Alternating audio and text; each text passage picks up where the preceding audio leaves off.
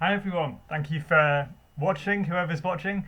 And I just wanted to do this share. I wanted to do a particular client inspired one today because sometimes I meet with clients and just throughout a conversation something pops up, something new that sets a lot of wheels turning and thinking going, which seems relevant. And this one is just on orange flags. Okay, now we're just saying this because I guess you know if you're yeah, I guess my pillar of my work is helping people experiencing distress in their relationships, and sometimes the word narcissism comes around with certain, usually past relationships and interactions, and we say about red flags and these really high-level, noticeable things.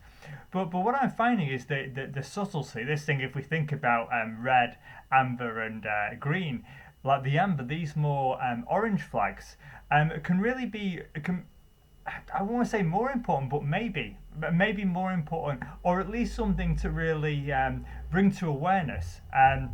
Because I think these are the ones that don't so much slam you in the face, but they can be more subtle. And it's not to say the other person maybe means something bad by this, but I just want to like introduce this term, I guess, as part of how can I say having your antenna switched on, your intuition, and if you're thinking, I always try and support people to at least partly try to get a vision of the sort of relationships you want and the sort of life you want. But here, if we're particularly keeping a relationship focus, it's here when we can bring orange flags to the surface. And this isn't to say we go around we obviously don't want to go around nitpicking people, but thinking about it as your more just your internal sensing and this place like where you want to get to. I think you're driving a bit intuitively. You're navigating. You want to ultimately reach a certain place while enjoying the journey. But these things you're noticing these things, and there can be a tendency. You may have heard the term giving the benefit of the doubt, and I know this can sound quite cynical, but a very well-respected psychologist I spoke to about this, she said, "Oh, but I don't think it's interesting that that term gets thrown around, but why should you? Particularly if it's the start of the relationship. Maybe she went the opposite way and said, you should actually what she found a better thing in her couples work is more looking at let's say you have different religious beliefs or whatever, actually blowing those things up and thinking, well, what does this actually mean in terms of the overall future? Okay, now I know that's not the exact same topic, but just related. But I want to just bring this emphasis to two things that can seem more subtle, but things you actually notice. Where and maybe due to whatever, like an idea about giving the benefit of the doubt, or often there's a lot of past conditioning. Sometimes with certain primary caregivers, we've been forced to just ignore certain things. Um, but I just want to increase this thing about noticing the awareness of noticing subtleties and just this idea of orange flags. And it could be nothing, but just noticing something, and that can be a kind of like a point of inquiry for you. Now, if we're how can I say broadening the landscape around this, like orange flags, in actual people with actual strong narcissistic traits, maybe even narcissistic personality disorder, and there's a lot documented actually about more, if we say like evil coming through or very damaging abusive behaviour. Some people say evil in the subtlety. And in terms of piecing this together, this made me think of a greater importance of actually noticing the orange flags. This thing that and people sometimes contact me with this, because people experiencing distress in the relationship, something just not feeling quite right. It's not like just a huge thing like a big punch in the face equivalent, but there's just small things like the subtleties you're noticing.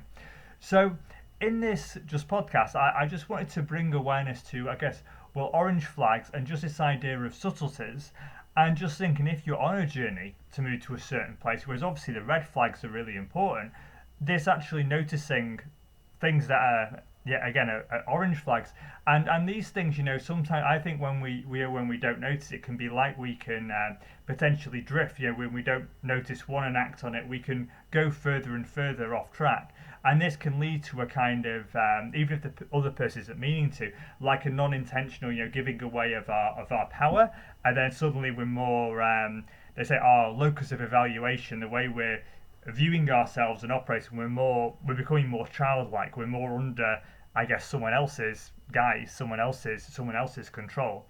So I want you to just maybe think in your life.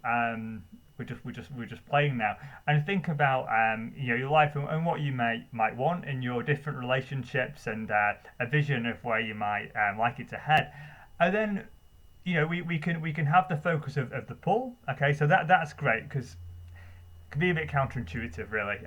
But it's like we need to notice the orange flags, but also if we've got a vision of the place we want to head. Okay, so if we're going there, because we don't just focus on a problem, but with that, like if we think again, driving somewhere. Okay, this is where we're going, but there, as like if you're a driver, when you're driving a car, you're obviously aware of you're aware of traffic lights, you're aware of different roadwork. So I just want the idea of orange flags to become part of your, how can I say, your navigating operationals. Or just like when you're driving, just to know this is a thing, to maybe just to watch out for, and to keep bringing to the surface through I guess your communication with yourself. So maybe now you've got this idea, like, I know it felt a little bit funny, maybe Phil was saying that thing about orange flags, and yet it does, it wasn't quite a big slam, but it wasn't a green flag either. That felt a bit strange.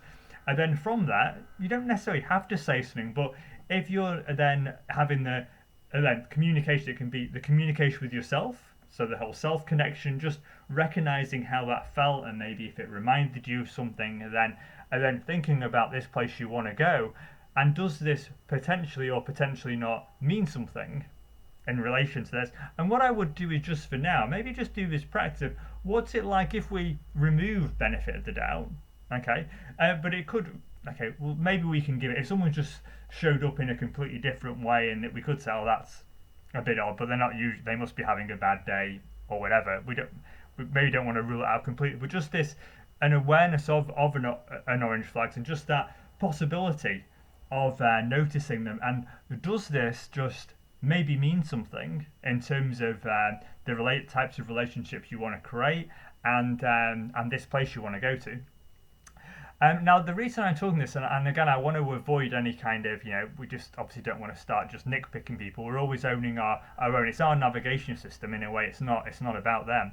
But what I found when this was brought as an idea with some clients, we were looking back, kind of historically, and what had occurred was, it seemed like with the antenna being quite closed down due to past dramas with primary caregivers, this had been closed off, so they were ignoring orange flags, and ultimately then things turned into like red flags, getting into real trouble. So I guess the main reason we're emphasizing this importance is these things can really lead us to this path. So there are, and maybe we don't even see the red flag by that stage. It can lead us on a path where we become so off track and so lost through this, I guess, an almost continually, maybe we could even say like a bad habit of not making any meaning from orange flags. We could say it like if we're just drinking a few cans of Coke a day, and obviously after a week maybe it's not really an issue, but if we're having that much sugar continuously, eventually our teeth and our health is going to be way off track. So I'm curious. You can feel free to comment, and maybe if you want to have a session. But I'm just curious what this makes you think in terms of just this idea we're throwing around of orange flags, and if you notice any when you think about what maybe even like historical. Do you generally notice orange flags if we're giving it that term? Are the things maybe now, and you can this can maybe give you some fuel to kind of mull over some things which may be going on, and any other conversations any new conversations you may want to have with people, and then to think about your vision for different relationships and where you want them to go, and with this idea of orange flags maybe being a thing. Okay, so I hope you've got something for today. I just wanted to do a little client-inspired YouTube video today. Hope you've got something out of it. If you'd like to do any sessions with me, newbeginningstherapy.co.nz. I'm at in person from Highland Park Community House, and I also see clients by Zoom. And my niche is helping people who are experiencing some distress, either from a current or a past relationship. And I do work with individuals and with couples as well. People also see me, through sometimes like careers thing, and also through the careers direction to find, and also things like depression and anxiety. So yeah, just feel free to reach out and we can have a chat and maybe sort out an appointment for you should you wish to. Take care.